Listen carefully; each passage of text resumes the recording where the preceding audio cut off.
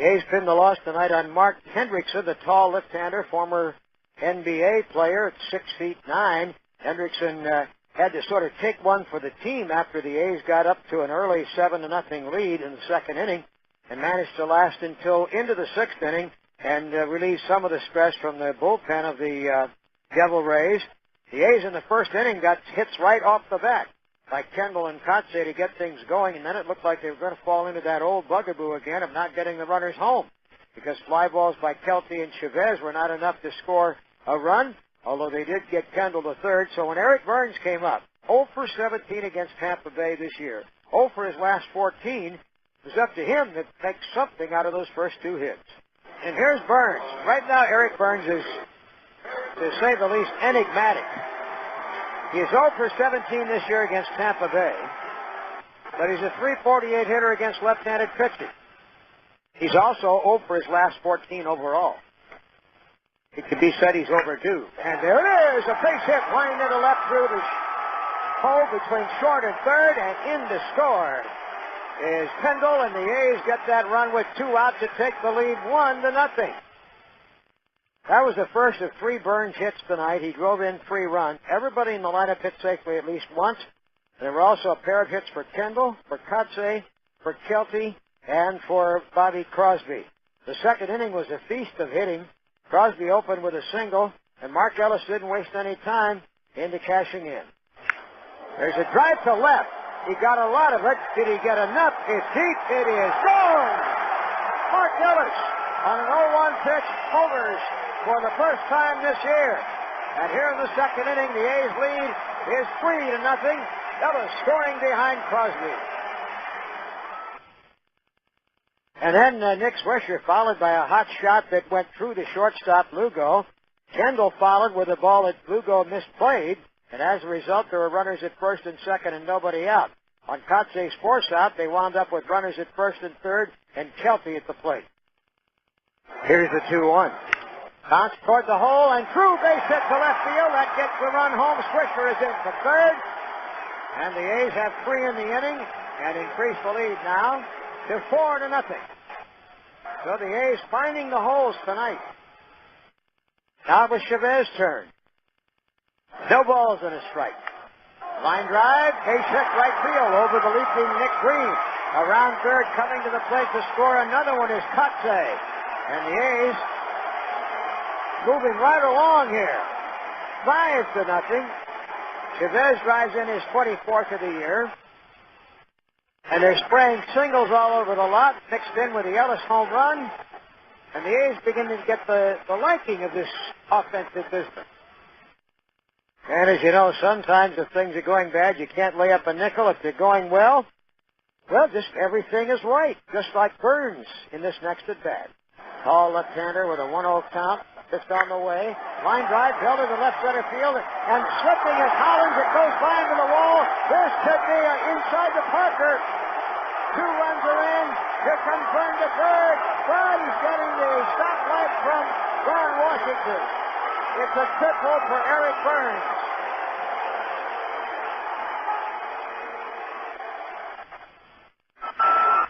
Well, that was it for the inning, but the A's now had Zito in a position that he has not enjoyed this year. He was the second least supported pitcher in the American League among the starters with runs from his own teammates.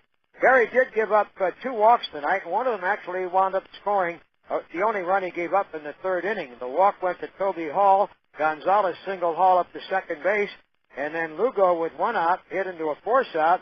Runners were at the corners, and Hollins, the Northern California native, coming back to play here for the first time at the age of 30, found a hole. Here's the 1-1, and a broken bat loop out over short. Crosby going back, a leap, and he can't get it. The ball hits off his glove. Scoring is Hall. Going to second is Lugo. Hollins dunked the ball over Crosby for a base hit to left center field, and Tampa Bay is on the board. Now it's 7-1. And from there, Zito really took over. He gave up only 2 hits in the remaining 4 innings. One was a leadoff double by Perez in the 4th inning, but he was stranded at second when the inning ended.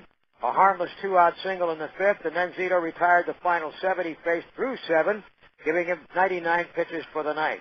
But the A's before that had given him an even greater cushion in their half of the 6th inning when with one out, Kendall singled his second hit of the night. He'd already extended his hitting streak to 9 consecutive games, and it was Mark Kotze's turn.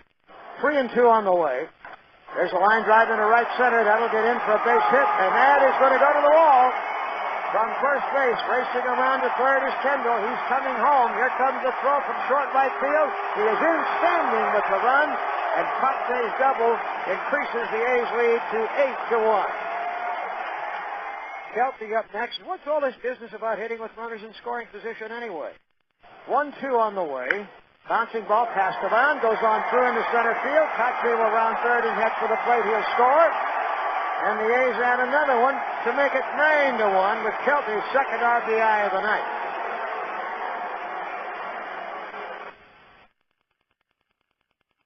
And at that point, Jesus Colome came into pitch, got Chavez to hit into a force out, leaving runners at first and third for the next Burns at bat. And again, when you're going good, you're going good, as they say. There's a fly ball hit softly to left. Coming on is Crawford. He dives. Can't get it. It bounces by him. Around second to third is Chavez. Around third coming to the plate. And he will score standing way ahead of the throw. And down to second is Eric Burns. An ill-advised dive by Crawford, who came up several feet short of a soft fly ball, and it just bounced on by for a double. Burns' third hit of the night, and his fourth run batted in. And the A's lead 10-1. There was one more bit of business that had to be done, though. Dan Johnson had to get in the hit column. There's a shot to right. Base hit. Johnson's in the hit column. He drives in Burns from third base, and it's now 11-1 Athletics. First Major League RBI. And 15 hits for the night. Well, after that, Britt Reams and Tim Hurricula mopped up in the 8th and 9th. The Rays managed to run off Reams with 3 hits in the 8th, 2 of them of the dying quail variety. And in the end, there was only one more batter up, and that was Carl Crawford with a runner at second and 2 out in the 9th. And Hurricula to the plate. Swing and a high fly ball hit well to center. Long run for Thomas. He's back. He's at the track. Makes the catch. The A's have won the ball game. They have scored their first sweep of this season, the first since August of last year against Tampa Bay. Their second three-game winning streak this year, the first since the 18th of April. And the Devil Rays leave town having lost 21 out of 24 road games, and so far in their history in Oakland, they are 6-30. Final score, the A's 11, the Devil Rays 2. That sums it up. No need for any further verbiage about that. We'll be listening to Bobby Crosby talk to Ken Korak.